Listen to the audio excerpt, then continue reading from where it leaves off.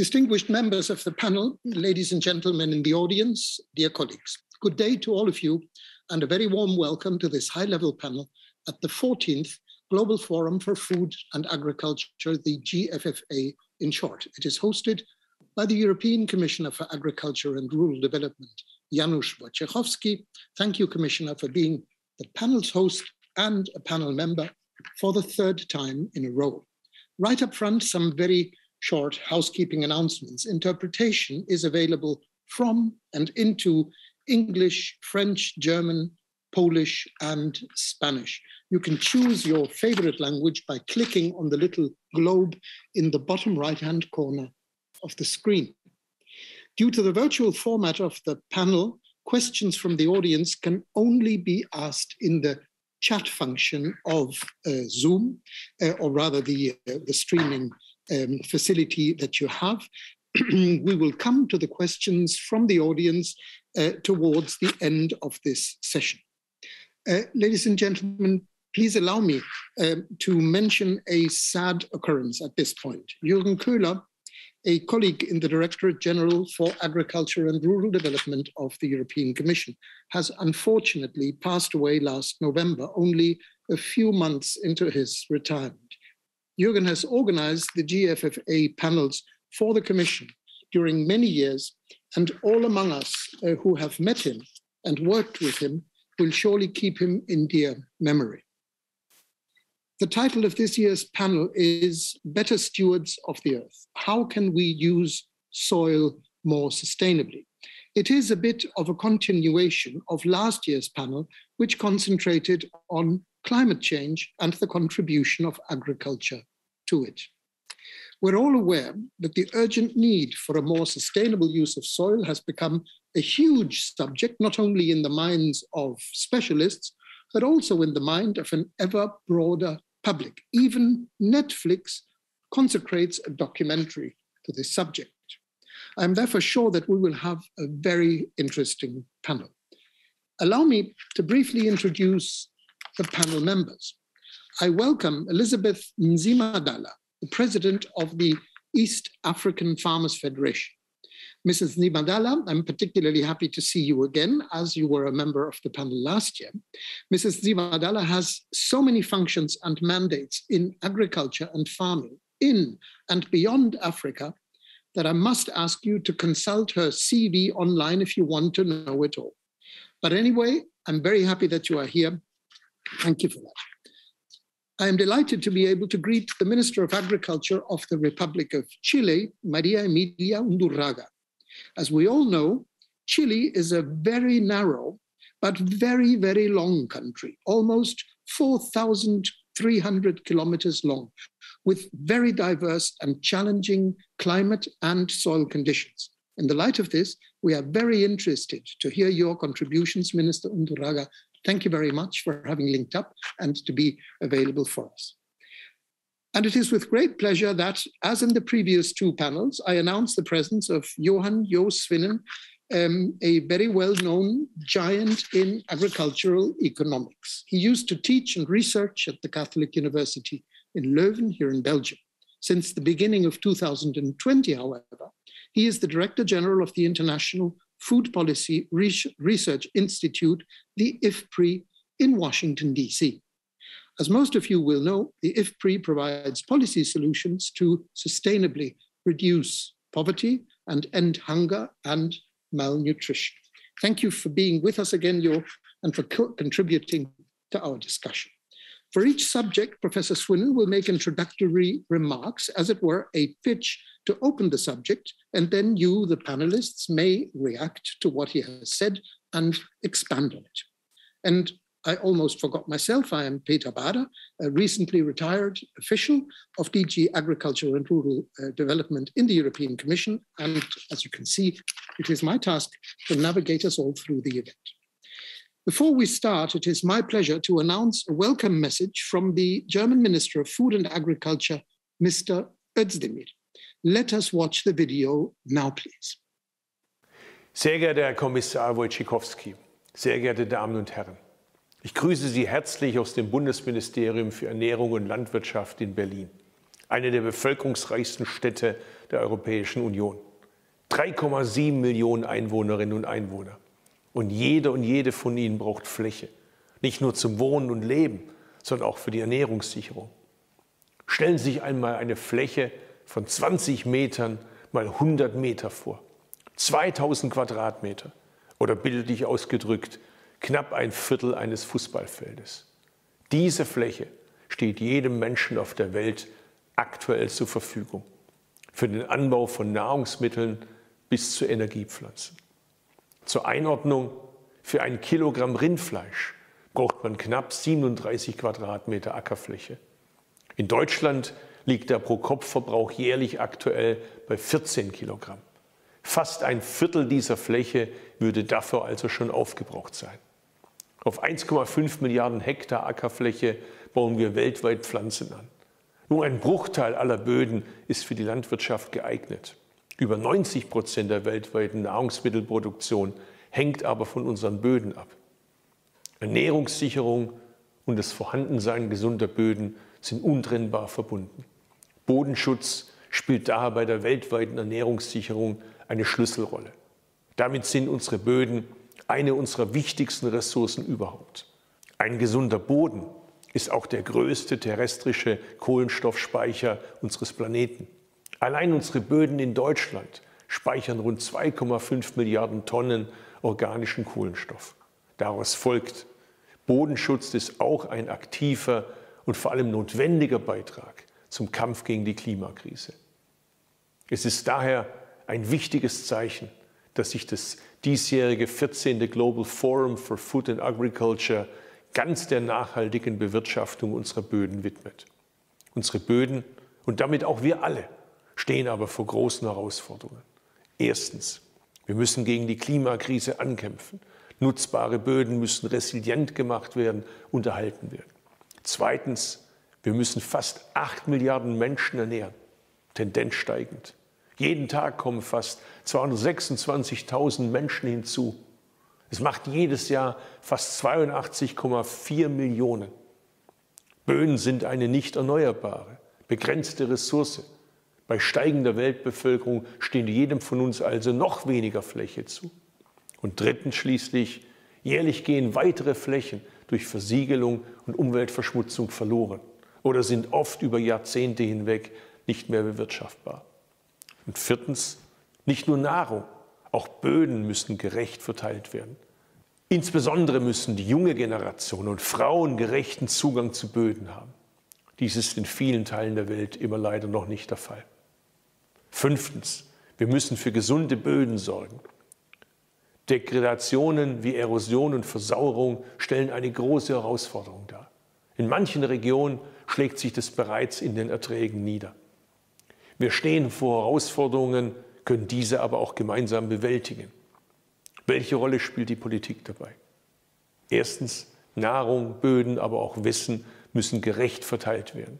Wissenstransfer ist von großer Bedeutung. Hier kann die Politik eine große Rolle spielen. Und schließlich zweitens: Die Politik kann durch gezielte Maßnahmen bei Investitionen einen wichtigen Beitrag leisten. Moderne Techniken, neue Technologien und ökologische Anbauverfahren ermöglichen eine bodenschonende Bewirtschaftung und helfen, Ressourcen zu sparen und Pflanzen zu schützen. Drittens: Politische Entscheidungsträger setzen rechtliche Rahmen für Bodennutzung und Bodenschutz. Ich möchte daher kurz an Beispielen darstellen, was Deutschland und mein Ministerium für unsere Bodengesundheit tun und vor allem in Zukunft tun wollen. In unserer Koalitionsvereinbarung stehen eine Aktualisierung des Bodenschutzgesetzes und die Einrichtung eines Bodenmonitoringzentrums.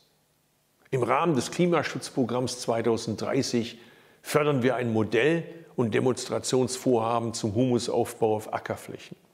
Ziel ist es, den Effekt lokal angepasster Maßnahmen auf Betriebsebene langfristig zu untersuchen und in einem Zusammenspiel von Wissenschaft und den teilnehmenden Landwirtinnen und Landwirten nachhaltige Handlungsoptionen zu erarbeiten. Lokal angepasste Handlungsoptionen sind wichtig, brauchen aber eine Gesamtstrategie, auch auf europäischer und internationaler Ebene. Deshalb bekennen wir uns klar zum Green Deal, zur Farm-to-Fork-Strategie und zur EU-Bodenstrategie der Europäischen Kommission. Wir unterstützen die internationale 4 für 1000 Initiative, die sich für eine Speicherung von Kohlenstoff in unseren Böden einsetzt. Und in Deutschland wollen wir den Verlust an Boden durch Versiegelung und Bebauung reduzieren. In einem ersten Schritt auf unter 30 Hektar pro Tag, deutlich vor 2030.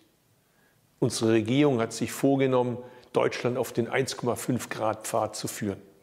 Der Kampf gegen die Klimakrise endet nicht an unseren Grenzen. Bodenschutz endet nicht an Grenzen, denn unsere vielfältigen Agrarhandelsbeziehungen unterstreichen, dass wir wechselseitig von gesunden Böden profitieren können. Deshalb ist es wichtig, dass wir alle an einem Strang ziehen und uns vernetzen und Wissen austauschen. Das GFFA als bedeutende internationale Agrar- und Ernährungskonferenz ist dafür eine der wichtigsten Plattformen. Ich freue mich deshalb auf einen intensiven Austausch im Rahmen des GFFA und Ihres High-Level-Panel zu diesem wichtigen Thema. Vielen Dank. Thank you very much, Minister. I feel tempted to applaud, but of course you cannot hear us. Today's first round of discussion looks at the following question. How can we reconcile more sustainable land use with the world's growing demand for food? Before we dive into that subject, I would like to give the floor to our host, Commissioner Wojciechowski, for his welcome and his opening words, and then to give the floor to Jo Swinnen. Commissioner, please, you have all our attention.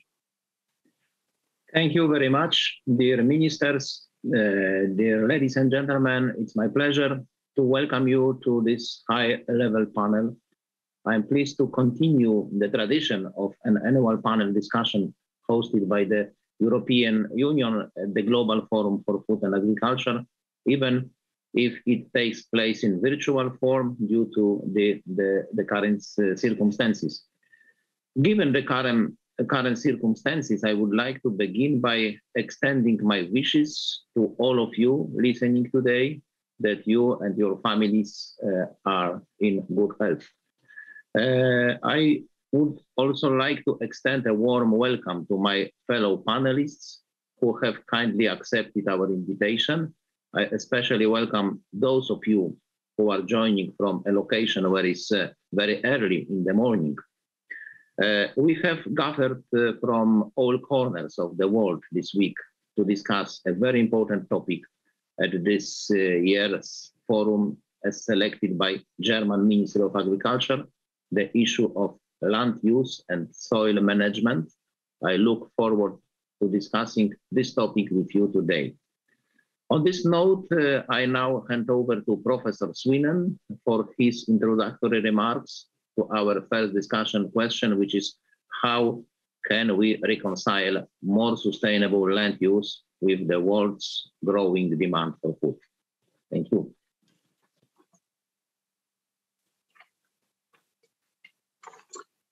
Thank you very much, Commissioner. Dear Commissioner, dear Minister, dear Excellencies, ladies and gentlemen, it is my distinguished honor here to share my comments with you at the 2022 Global Forum for Agriculture in the high-level panel, which is organized by the European Commission. I am actually in the, although it may not look like this, but I'm actually in the European Commission offices in Brussels. And as all of you, I wish I was in Berlin today, but I mean, this is very nice also to be hosted here. I think this is a very important panel, as is the tradition now, and I congratulate the European Commission for organizing it. Land and healthy soils are central to the transformation of our global food systems, and as you know, I'm sure many of you have followed the developments of the United Nations Food Systems Summit, and the food systems transformation is crucial for the welfare of the world. The discussion on sustainable land use to improve food security is therefore crucial and timely. We also know by now very well that there are no long-term trade-offs between sustainable land use and ensuring global food security. Increasing food supply in the long term requires that the challenges related to climate change and biodiversity are addressed. Sustainability of productivity, and productivity of existing production system must be increased, and degraded lands must be restored. I have put together a few slides which I would like to share with you now, and just as both as a background and as a introduction to the first set of questions that we will have.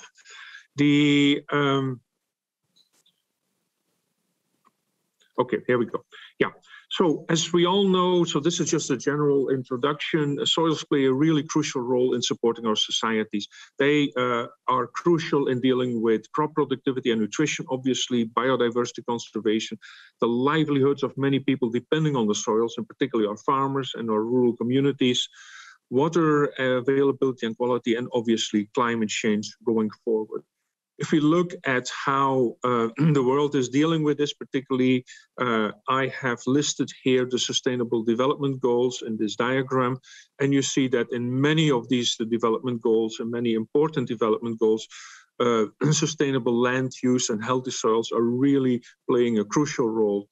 They have to do with, for example, land degradation, sustainable production system, environmentally sound management, etc. So obviously, I don't have time to go into this in detail, but I think that the important thing is here the pervasiveness of the importance of sustainable land use and healthy soils is important to recognize. However, we are not doing so fantastically in this thing. Over the past 50 years, the area of cropland has continued to grow in the world.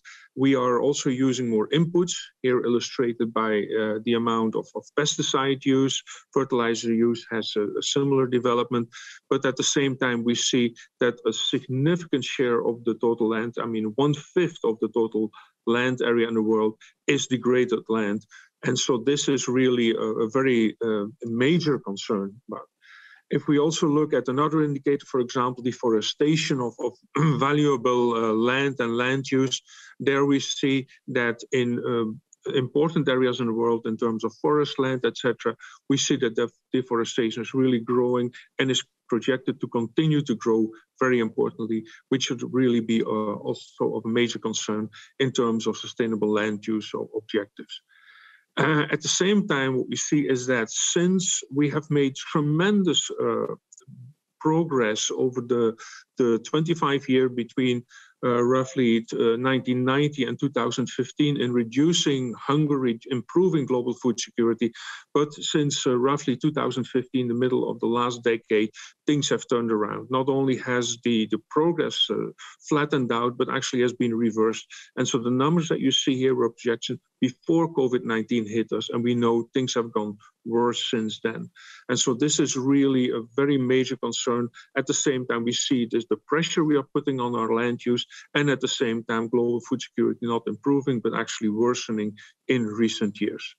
So how can we reconcile these things? And so here, I'm just going to launch the debate, because I'm really looking forward to the comments by our panel members here, but making two slides, actually, one with a set of general points. One is that sustainable land management is really crucial, pivotal to enhance a lot of these objectives, which I just referred to. And I think the crucial point there is the systematic and the holistic approach of doing this, not just looking at it as a single element, but as part of a broader solution. But at the same time, although we need a global approach, we really need to look at it from a local perspective. I mean, the solutions have to be adapted to the local circumstance, have to be integrated in a broader perspective. We need policy innovation bundles, if you want. Bundles meaning innovations on the institutional side, on the policy side, on the technological side. And for that to be effective, we have to make sure that everybody who is involved in this thing along the value chain, as I've listed it here, meaning the people who are working on the land, but also the people who are working on the products of the land and are consuming it, have to be engaged in changing these things. And so we not only have to change the behavior of farmers or the stewards of the land, but also those who are using the products of the land. And we will, I'm sure we'll come back to that later in the session. And so my last slide here, I just want to give you an example. This is from my own organization, the IFPRI and the CGIAR. And so this is a number of studies that we have done. And so you don't have to go into the details here, and I don't have time. But the crucial point is things are possible. Changes are possible, okay? There's a number of studies we have done on changes in management practices.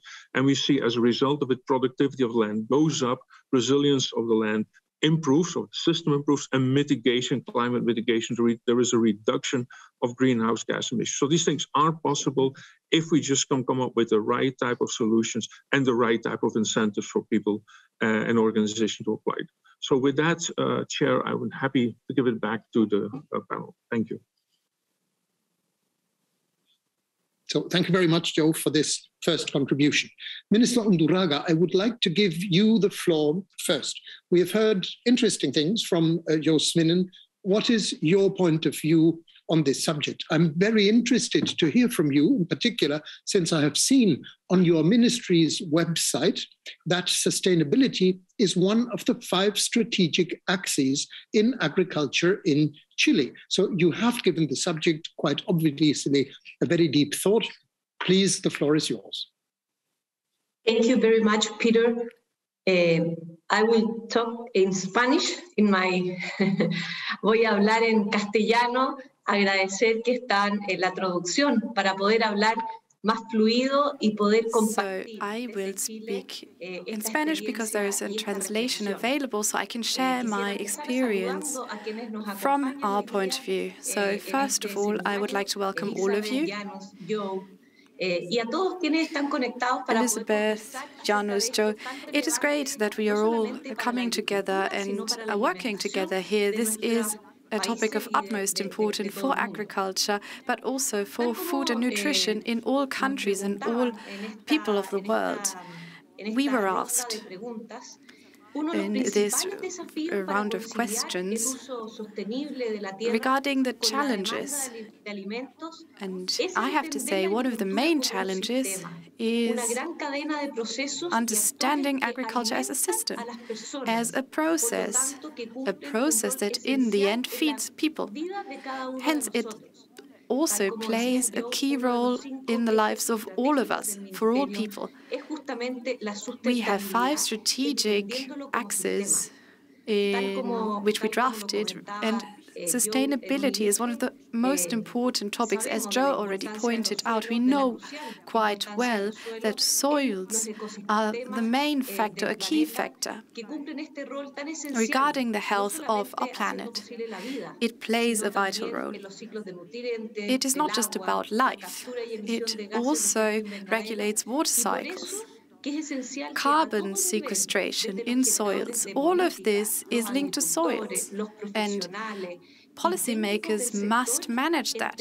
But not only policymakers, everyone who works on soils, because soils are one of the key elements. The agricultural sector is important. We need good practices which allow us to preserve this key element. It is not just agriculture. We must also include other aspects. For instance, the way that soil is organized and how land access is organized. Here, I have to also talk about set-asides. It is really about adapting ecosystems in an integrative approach in order to offset and to create a balance. We want to increase and guarantee the diversity of our entire landscape. We have roughly 12 million hectares in Chile for agriculture and fisheries, or rather livestock farming and agriculture. Chile is a very diverse country. We have all sorts of cultivation methods. We have fruits, cereals, we have all sorts of products, and it depends on the region where you are. It is important to note that productivity is also regional. It depends on the region. So, Now, let's look at the image of climate change. It has transversal effects on all other areas. For example, we have soil degradation. 80% of our soils, in one way or another, are actually degraded. 50% of our soil, of our land, is needed, or rather needs better perspectives on the topic. So less area and less soil, but they need to be managed more efficiently in a better way.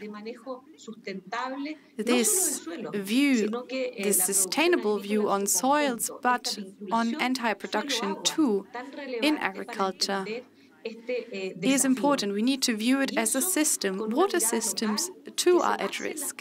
They are a key challenge for us as well. This local point of view is essential, and it is key for our country too. So our farmers, in the end, must develop and learn a new kind of production. We need to understand how important this is in the long run, too. We need to preserve soil and soil health. Let me just add one more thought. How can we generate an integrative approach so that all people, not only economically, but in all areas, understand agriculture as a tool for social development? We need to have a comprehensive understanding. So what does that imply? We don't just look at the social development, but also on the impacts this has on the environment. This approach consists of several factors. The entire value chain or production chain needs to be observed. If we are aware of that, then we can make production more sustainable, also in the long run. This aspect of soil degradation, it also includes several actors as well, several stakeholders. It is about cooperating with universities, civil society, the public administration. We all have to do our part. In this sense, I think it is really key, or rather it is a key to addressing this growing need for food, but not only food, healthy food actually, that is produced sustainably. Thank you. Muchas gracias, Ministra, por esta primera intervención. Thank you very much, Minister. Mrs. Zima, over to you now. From the perspective of East Africa and its farmers and breeders, what do you see as challenges and opportunities in relation to sustainable land use and food demand? Elizabeth, please. Yeah, thank you. Thank you very much, Peter. I hope you can hear me. Distinguished Excellencies, I bring you virtual greetings from Uganda, from the Eastern Africa Farmers Federation, but also from the Pan-Africa Farmers Organization. And I would like, first of all, to thank the organizers, the European Union Commission. I think there couldn't be a better time to serve this dessert of such a panel than at this time when we've just finished the menu of the Food Systems Summit. But also inviting farmers to be part of these discussions really shows the importance that you give to us as farmers, as better stewards of the earth. And of course, it is we that we have to make sure that we use the soil sustainably. So from the previous speakers, as you've had, distinguished excellencies, it is really projected that feeding the world population of 9.1 billion in the year 2050, of course, would require food production to be increased by about 70%. And especially when you're looking at sub-Saharan Africa, it is the only region in the world with stagnant per capita food production. The annual productivity increases of 4 to 7% required if Africa were to rely on agriculture for economic development and food production. And what does this demand on productivity mean? that we can only be sustained if we incorporate sustainable food production practices. And personally, I believe the core to sustainable land use lies, with having health soils. Soil is very important, and it's an integral part of sustaining a health agroecosystem. It is described as the biological integrity of the soil community. And when you read FAO reports, according to them, health soils are the foundation of the food system. So our soils are the basis for agriculture. Again, we've heard from the opening video that 90% of the global food production depends on the soil. So it is the basis of agriculture. It is the medium in which nearly all the food producing plants grow. And that one we all know. So health soils, of course, they produce health crops that in turn nourish people and the animals. We are all talking about health diets, but there's no way we can produce health diets unless we take care of our soils. So the quality is directly linked to the food quality and quantity. And that one is not doubted at all. So health soils, of course, they deliver essential ecosystem services such as water purification and carbon sequestration. And I think my colleagues have already mentioned that. Studies also suggest that soil may be the greatest reservoir of biodiversity and the most valuable single natural commodity. So it is a key factor in building resilience. You cannot talk about building resilience. You cannot talk about combating climate change without talking about soil health. And the UN Food and Agriculture Organization declared 2015 the International Year of Soils. Precisely, this was to call for attention to the important role that soils play in our lives. But in contrast, again, unhealthy soils can have devastating effects on everything, from food security to global commerce to the quality of our environment. So the problem of nutrient deficient soils is particularly acute for smallholder farmers living in sub-Saharan Africa and also in South Asia. Of course, this deficiency in soils normally and diversely affect most of us as smallholder farmers, because the land is increasingly becoming diverse in these continents. It is becoming notoriously depleted of the most important vital nutrients. And again, it supports some of the highest population densities on the planet. When you talk of Africa and South Asia, these are some of the places that host the highest population densities on the planet. So we really need to look at the issue of soil health, especially in these continents, very critically.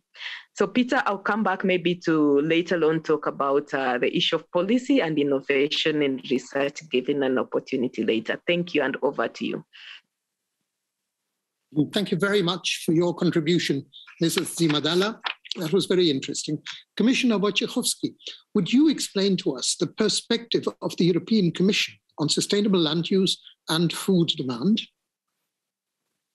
Thank you very much, Peter. The first thing to understand is that in order to meet our demands, we cannot simply take from the soil. We also have to give something back. Pope Saint John Paul II told the farmers 20 years ago to resist the temptations of productivity and profit that work to the detriment of the respect of nature. He concluded that when you forget this principle, sooner or later the earth rebels. And so is with exploiting the soil by unsustainable practices. Healthy soil are essential for healthy ecosystem and healthy human societies. However, a board of experts has estimated that only 1/3 of soils in the European Union can be considered healthy. In other words, only 1/3 of soils can fulfill their many essential functions.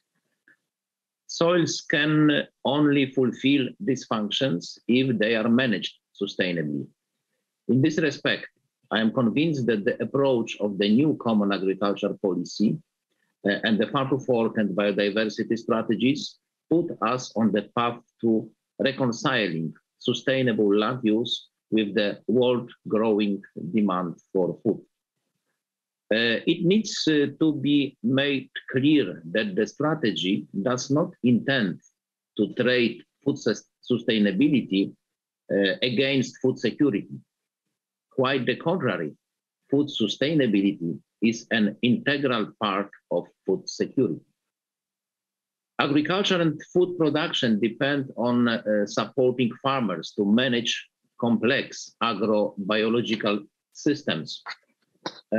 These systems are fundamental challenges that threaten both current food security and the future sustainability of agriculture. For example, climate change, the continued growth in global population and consumer demand, the rise in antimicrobial resistance, and systemic shocks such as health emergencies. The current COVID-19 pandemic shows the importance of a robust and resilient food system that can provide access to a sufficient supply and affordable food for our citizens, even under disrupted circumstances, and at the same time ensure the sustainability of primary production. It is not an option to sacrifice the long-term sustainability and fertility of our soils for short-term productivity gains. The strategy underlines that the best way to ensure food security in the near future is to switch towards more sustainable and thus more resilient food systems.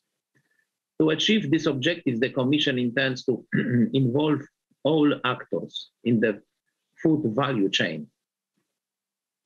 Firstly, primary producers. Improving the sustainability of primary production is a central objective of the European Union's Farm to Fork strategy. Of course, the main instrument to help the transition of primary production is the Common Agricultural Policy. The overall allocation for the Common Agricultural Policy is around 387 billion in current prices, and the Commission is working to make sure that our ambitions are reflected in the national strategic plans submitted by member states. We are also bringing in food processors, for example, through the Code of Conduct for Responsible Food Industry and Business Practices launched in 2021. Finally, we will enable consumers to make an impact, for example, with better food labeling to allow more informed choices. In order to frame this evolution towards sustainable food systems in the EU, a new legislative framework for a sustainable food system will be proposed before the end of 2023. To this end, an impact assessment will be carried out from 2022 onwards, accompanied by multiple stakeholders consultations. In a global sense, the European Union is taking its responsibility and commitments towards the UN 2030 Agenda Zero Hunger goal very seriously. We remain the world's largest agri-food exporter and largest humanitarian donor. Food produced in Europe reaches consumers across the globe, and we are preferential trade partners offering extremely favorable terms for so-called least developed countries.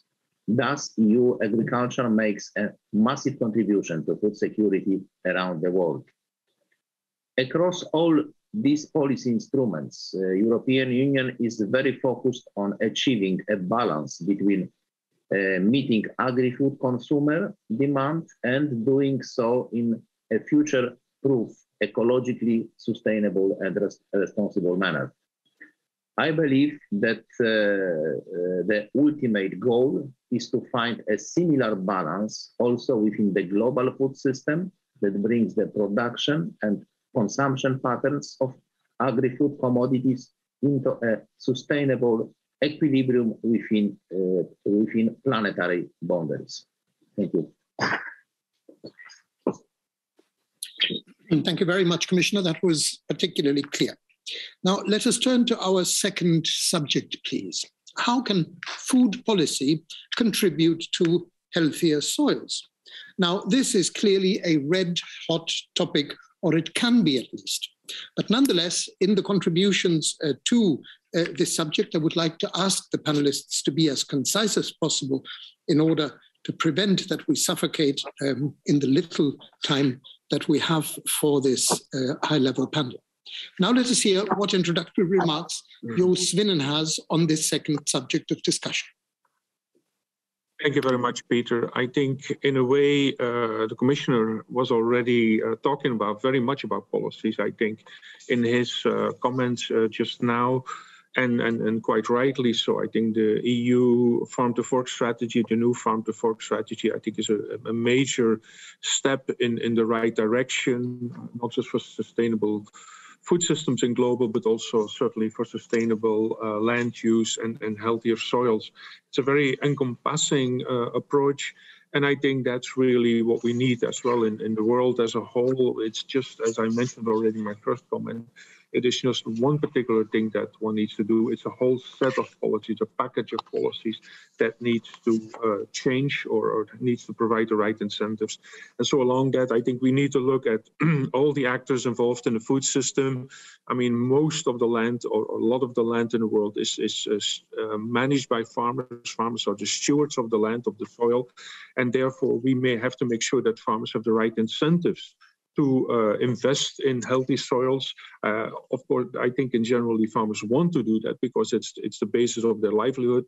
But sometimes they do not get the right incentives of doing that. And so in this case, we need to reform policies to make sure that this is the case. Then the question is, even if they want to, can they? Okay, and then we have to think about their capacities of doing so. And capacities may have to do with, for example, access to finance, access to land itself as well. We had this comments earlier about the important role of access for women farmers. Women are a very large share of the farmers in the world, whether they have access to land. And there the issue is what's the institutional organization, what's the tenure rights system, etc. Europe actually is a very interesting laboratory in that way, because the institutional organization of land use in Europe there's a huge variety, going from a country like Ireland, where farmers mostly own the land, to countries like, for example, Slovakia, even Belgium, where we are here today, where most of the land which is used by farmers is actually rented by farmers. And so this can be organized in different ways. We not only have to look at what farmers do, but also, as I said earlier, about what the businesses do, the people who are in between, the organizations which are in between the producers on the land and the consumers of the products. They can play a very important role. I think the Commission also referred to that. And clearly also incentives for consumers are very important. I mean, we know now that consumer choices can have a major impact on how land is used. I mean, how food is produced in general, but also how land is used. And this can be done through awareness campaigns, through labeling, through certification of food, and through a variety of other incentives for consumers. I think it's a broad set of things that can be done, and different countries are trying to do this in different ways. Let me, for the sake of time, I'll stop here and pass the floor back to you. Thank you. Thank you very much again, Jo. Let me first give the floor to Mrs. Zima. In Africa, particularly East Africa, do governments and the food-producing sector look at food policy from the angle of preserving good quality soils, or is this not, or maybe not yet, a subject of concern? What can you tell us?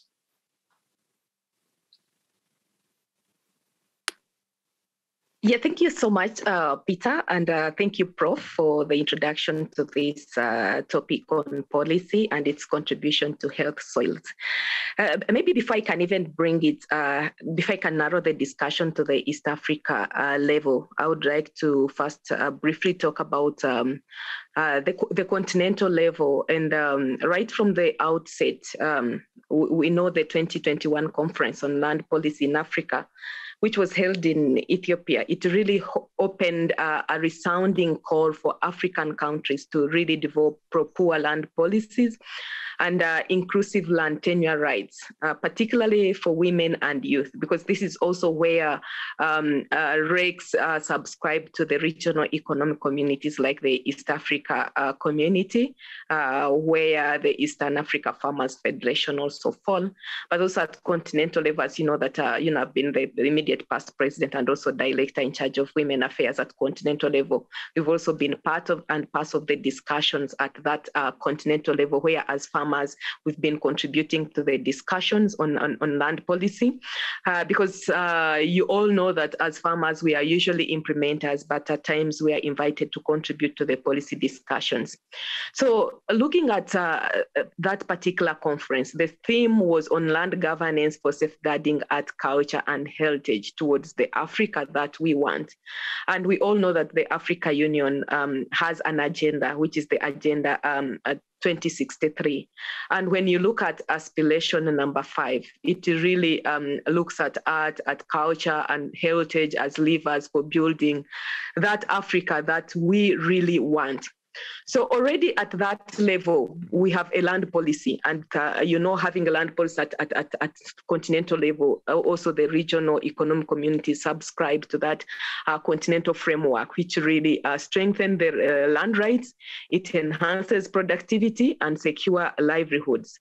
And without land rights, it becomes really difficult to invest and practice sustainable agriculture. So secondly, due to, of course, the adverse effects of climate change, it is very imperative that we protect agricultural land. We've been part of these initiatives, even at East Africa community level. And at the Eastern Africa Farmers Federation, for example, we've had a position on matters of land, where we've said that agricultural land must be protected like wildlife is protected. And this has been our position to the regional economic community, because we also have an observer status with the East Africa Legislative Assembly, and this has always been our position. We've also observed, of course, a lot of development when you come to the Eastern Africa region. You will realize that recently there has been conversion of vast agricultural land into real estate.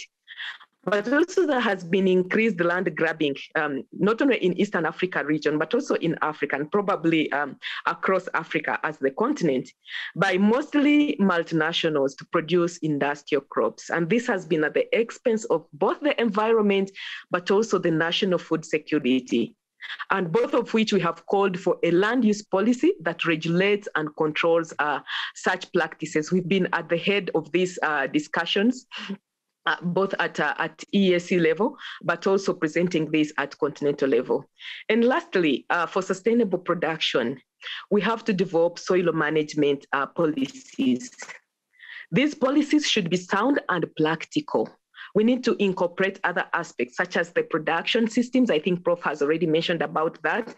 The environmental considerations. We need to look at livestock management, the ecosystem services. We need to look at the natural flora and fauna and the hydrological or water management systems. The soil nutrition and health are also very key. And we have to do this, of course, looking at the related technologies, but also the investments that are needed for adoption to scale, and most importantly, by the farmers and the practitioners. Thank you, and over to you, Peter. Thank you very much, Elizabeth. Thank you. I turn to you now, Commissioner. Food policy and healthier soils are a concern for the European Union, but not necessarily within the European Union alone. Food and feed imports into the EU from abroad, from overseas, a lot of that, meat and soy, are said to contribute to soil degradation in the producing countries. So linking that to food policies, what is your point of view on this issue? Thank you, Peter. Without a doubt, soils are the base of our food system. They are the foundation of 95% of the food we eat. Soils are also at the base of our ecosystem. They host more than 25% of the biodiversity in the world, and they are the largest terrestrial carbon pool on the planet. we just discussed the importance of carbon farming at the European Union Agriculture Ministers meeting a week ago. Overall, soils deliver essential services for our society and planet: the provision of food, energy and raw materials, carbon sequestration, water purification and infiltration, nutrient regulation, pest control and recreation. There is a close correlation between the state of soils and their functions on one hand, and the sustainability of food systems and the related ecosystems on the other. Soil functions are affected by a number of problems that can be exacerbated by unsustainable food and farming systems, such as erosion, excess of fertilization and deficiency of nutrients, salinization, loss of soil organic matter and pollution. With our wide range of policy actions, I believe that the European Union is showing great ambition to restore and improve soil health. Due to its special significance, the European Union law already recognizes the specific nature of agricultural land. It permits restrictions on investment in farmland in order to protect legitimate public interests, for example, to prevent excessive land speculation, preserve agricultural communities, or to sustain and develop viable agriculture. As a part of commitments made under the Green Deal and Farm to Fork strategies, the Commission is taking further steps to strengthen soil protection. For example, the European Union adopted a new soil strategy in December 2021, which lays down the foundations for a new soil health law. The soil strategy also contains a comprehensive assessment of the sustainable use of soil across the European Union, including addressing desertification and land degradation. The soil strategy announced a number of actions in this context. For example, the preparation of the new soil health law, which will define healthy soils and lay down relevant objectives and targets. Also, the preparation of a set of sustainable soil management practices in consultation with member states and stakeholders. This would include regenerative farming in line with agroecological principles and adopted to the wide variability of soil ecosystems and types, and also identify sustainable soil management practices. Making sustainable soil management the new normal is the ultimate goal of the strategy. This will require coordination and working together at local, regional, national, EU and global levels to promote and implement sustainable practices. The Commission will also integrate sustainable soil use in EU policies. The Farm to Fork strategy also recognizes the central place of soil in our food system. For example, the most prominent production method specifically geared towards sustainability in organic farming. The Farm to Fork strategy, therefore, aims to boost organic production from accounting for 8.5% of the EU agricultural land today to 25% by 2030. Organic farming is overall system of farm management combining best environmental practices and preservation of natural resources, including soil, with balancing present and future needs. Organic soil are rich in life, overall biodiversity on organic land is 30% more than conventional on conventional farms, with more biomass and increased microbial activity. Organic farming methods promote soil life and humus formation, which are key to water capture and conservation, helping to protect soil from desertification and depletion of nutrients. Moreover, organic soil rich in humus also increase carbon storage by more than 25% compared to conventionally managed soils. This is a fundamental contribution to the fight against climate change. These are just some of the reasons why we have set the target of 25% of farmland for organic production. However, we are not only seeking to develop organic production, increasing organic consumption, for example, through promotion and education is also a key aim. This brings me to a key point. If soil is at the base of our food system, then consumers are at the top. We must ensure that consumers understand the critical importance of soil and support soil health in their food choices. We need to make it clear that soil supports our food system, so we need a food system that supports our soil. If we push with policy and if consumers pull with their food choices, we can make good progress to build such a system. Thank you.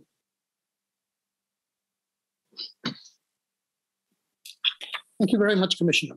Minister Undurraga, what is your government's perspective on this question? Do you promote in Chile a specific food policy with regard to soil preservation? And may I ask you for a concise contribution, please? Thank you, Peter. Bueno, ya fue analizado por los panelistas muchos puntos que compartimos. El primero es entender. I think that the panelists have already mentioned several important points. But what is essential is that we understand the entire system from the soil to the consumer, and we are trying to achieve this at our Chilean ministry. We try to link the producer to the consumer, if you will, because it is not just about production, but it is about feeding people, and that has to happen sustainably so that the individual factors are really all included, so that consumers can make informed decisions. In this regard, it is particularly important that all political measures look at three points. First of all, soil health. This means, for example, that we use fertilizers sparingly. We are also talking about reforestation and about really activating the potential of soil as a carbon sink. Then, secondly, we need to stop soil degradation, by example, through less tilling, practices that halt erosion and that preserve the humus layer. There are several means to do this. For example, also protecting flora and fauna by using ecological, organic farming practices. And it is important to firstly understand all this entire system and then harmonize our political measures accordingly so that we protect our soils and render them more efficient. We do have a program in Chile to do just this. We build up the humus layer on already degraded soils. We we try to convince the farmers that soil is the foundation of their agricultural production. So first of all, we raise awareness, and then, of course, we are trying to introduce a sustainability strategy for the entire agricultural sector. First of all, we need to consider and respect soil as a resource, and education is very important for that. We are building a comprehensive approach where we all need to understand that the quality of foods depends on healthy soils and the protection of soils. It is only in this way that we can produce food sustainably and healthy foods. Of course, what we also do is develop rural regions, and the soil is the foundation for that as well. Topic on which we must be really quite short because time is running. How can research and innovation help the transition towards more sustainable land and soil management?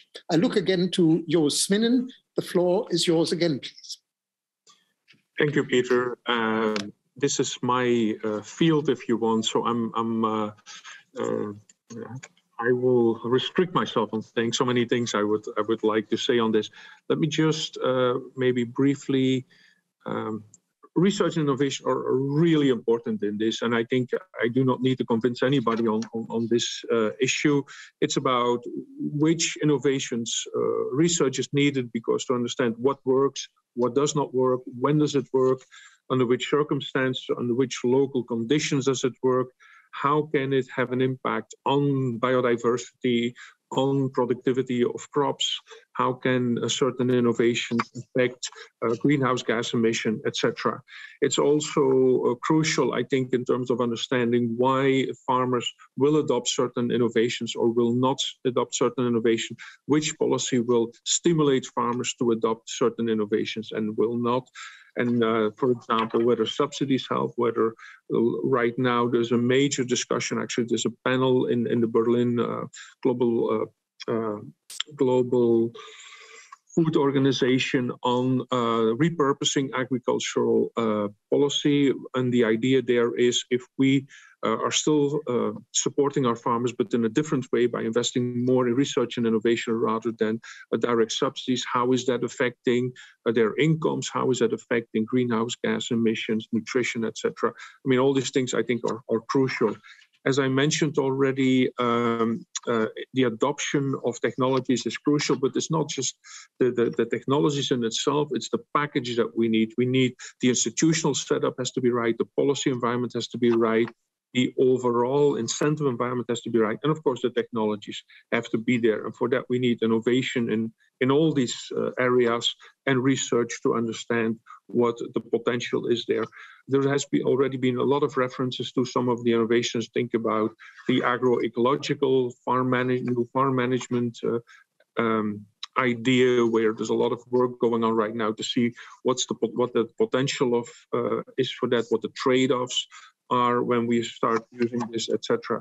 Intensification technologies as well, digital technologies, access to capital is really important. Finance, sustainable finance is a very important new idea that is being used, and to study how it can contribute both to sustainable land management processes, to sustainable production techniques, but also to sustainability in the ecological and the social aspects.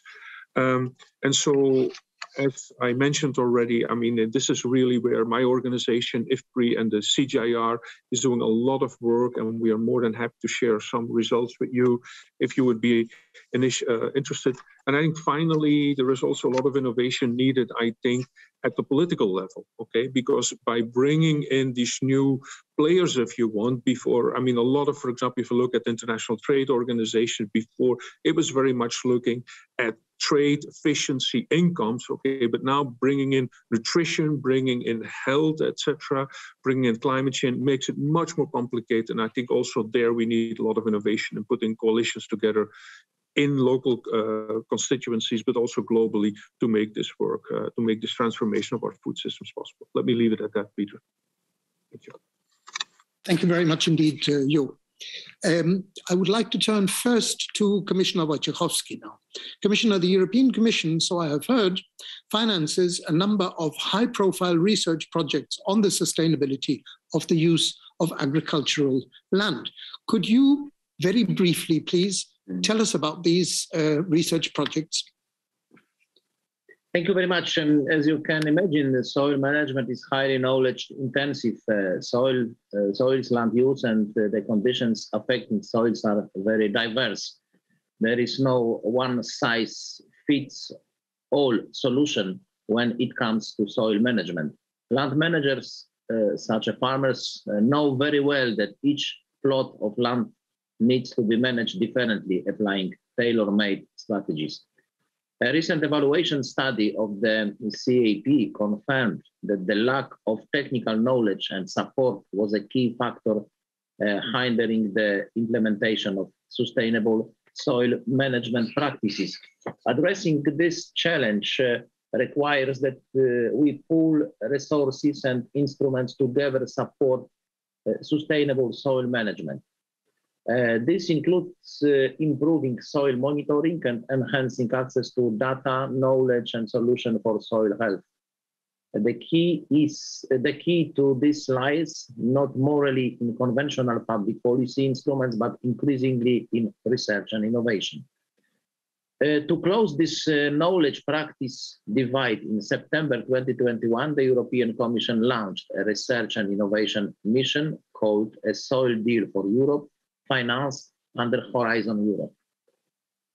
The Soil Deal mission is expected to become a major tool to generate solutions for soil health and to promote their uptake in rural and urban areas.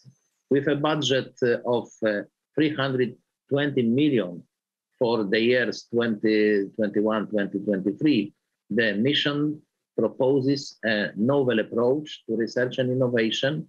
I would like to highlight three particular aspects. Firstly, the headline goal of the mission is to create 100 labs and lighthouses all over Europe by 2030. These living labs and lighthouses are real-life places where researchers work with farmers, land managers, advisors, businesses, and other stakeholders. Together, they tackle specific problems to co-create and test solutions that are adopted to local situations. With this approach, we hope to ensure that research responds to real needs on the ground. By working, the mission is expected to promote significantly the uptake of soil-friendly practices. Through the mission, we will also promote soil monitoring and support the development of the recently launched EU Soil Observatory. For land managers, being able to monitor changes in soil health is essential. The observatory should also increase society awareness on the importance of soil and improve training on soil-relevant matters. Finally, let me stress that while being an EU program, the Soil Deal mission will provide opportunities for international cooperation. We are looking for opportunities to cooperate with our international partners and welcome multilateral efforts to improve soil management worldwide. I'm looking very much forward to working together on soil health with partners around the globe. I'm sure that by sharing knowledge and taking inspiration from each other's experiences, we can advance together in preserving soil as one of our most precious resources. Thank you very much. Thank you very much, Commissioner. I think that we can all fully agree to what you have explained to us. Minister Undurraga, to you, please. I mentioned the strategic axes of your ministry again, because I have seen that the fifth one is about modernization and innovation. Does that also comprise the sustainability of the use of agricultural land? Please, a short contribution. Thank you, Peter. Bueno, tal como dices, estos ejes estratégicos que están basados en este gran desafío que es el cambio climático. Thank you. As you said, the strategic axis is based on climate change. It is really about accompanying this process. We want to make agriculture adaptive. There is not just one single strategy for sustainably using soils. It is really about analyzing the different systems. And hence, it is important that research looks and observes the individual local conditions, also cultural conditions, which we have in local environments. It is about indicators, and we want to look at how we can produce sustainably while at the same time getting producers involved. It is also about soil monitoring in Chile. We cooperate with the research ministry of our country, and there we have a council which is a research council for agricultural research and livestock. There we have a cooperation of farmers and researchers of different ministries. They address and define factors for sustainability, also with a view to soil, the most important factors for soils. So we want to introduce innovations, not just new technology, but also it is about using conventional methods, because traditional methods actually contain a lot of knowledge of how to best use and manage soils. And then look at this with a view to climate change. Many of our or rather of our communities, have already applied this and used this. It is not just about how people work on the fields. It is about more than that. As Peter pointed out, and I also don't want to take too much time away from Elizabeth, we understand this as a system, as a chain, and sustainably is based on 3 pillars. We are embarking on this path using innovation and technology, yet at the same time, we must also ensure food supply for our people based on these 3 pillars. Mrs. Zibadala, we would like to hear from you now on this subject. Does your organization do governments in East African countries and maybe even the African Union invest in research and innovation concerning the sustainable use of agricultural land? Please be very short. Yeah, thank you. Thank you so much, Peter. And I would like to pick it from where Prof really put forward the different characteristics of technologies and innovations if they are to really work. And he has also highlighted different requirements. And when you look at those technologies, of course, they require investments in terms of adoption, but also investments in terms of process. And I can say yes, the ESC and the Africa Union are really working on developing a number of technologies and innovations in soil health, though still a lot needs to be done. Because currently, when you look at the technologies that are needed to create health and resilient soil systems, they were all developed decades or millennia ago. And these have not proven really successful in terms of delivering soil health solutions to the last mile at scale. There's no single solution that can be said that, this has been able to deliver soil health, and so this can be put at scale. So despite decades of this research demonstrating the value of soil management strategies and the critical importance of soil health in smallholder farming, there are, of course, still very few regional examples. For example, when you look at conservation agriculture, the fertilizer deep placement, which were developed in the 1980s for Asian rice systems. When you look at the crop rotation, the increasing soil carbon and mulching, the water harvesting, these have been widely promoted as soil sustainable management practices, and for several decades. But when it comes to the adoption rate, especially by the smallholder farmers, this has been very low. So the question again that comes up is, where is the problem? Where is the challenge? So if we are really to see a change happening, we really need to invest in removing some of these barriers to agriculture technology adoption. And some of these have already been mentioned by Peter, but we need to do this through provision of information, the materials to farmers. They need to have access to credit to be able to put such technologies to scale. We need agriculture extension. In some countries, the extension rate is as low as 1 to 500 households. And again, we need to build the capacity of farmers' organizations to be able to deliver, especially farmer-facing technologies. Thank you, and over to you. Well, thank you very, very much for this closing contribution, Elizabeth. Ladies and gentlemen, dear panelists, dear Commissioner, I'm not surprised that we have exhausted our time for this high-level panel so very, very quickly. Another piece of evidence how short time can be. Our subject discussed was complex and of great importance, so no wonder that your contributions were so intense. Thank you all for your interest and your commitment.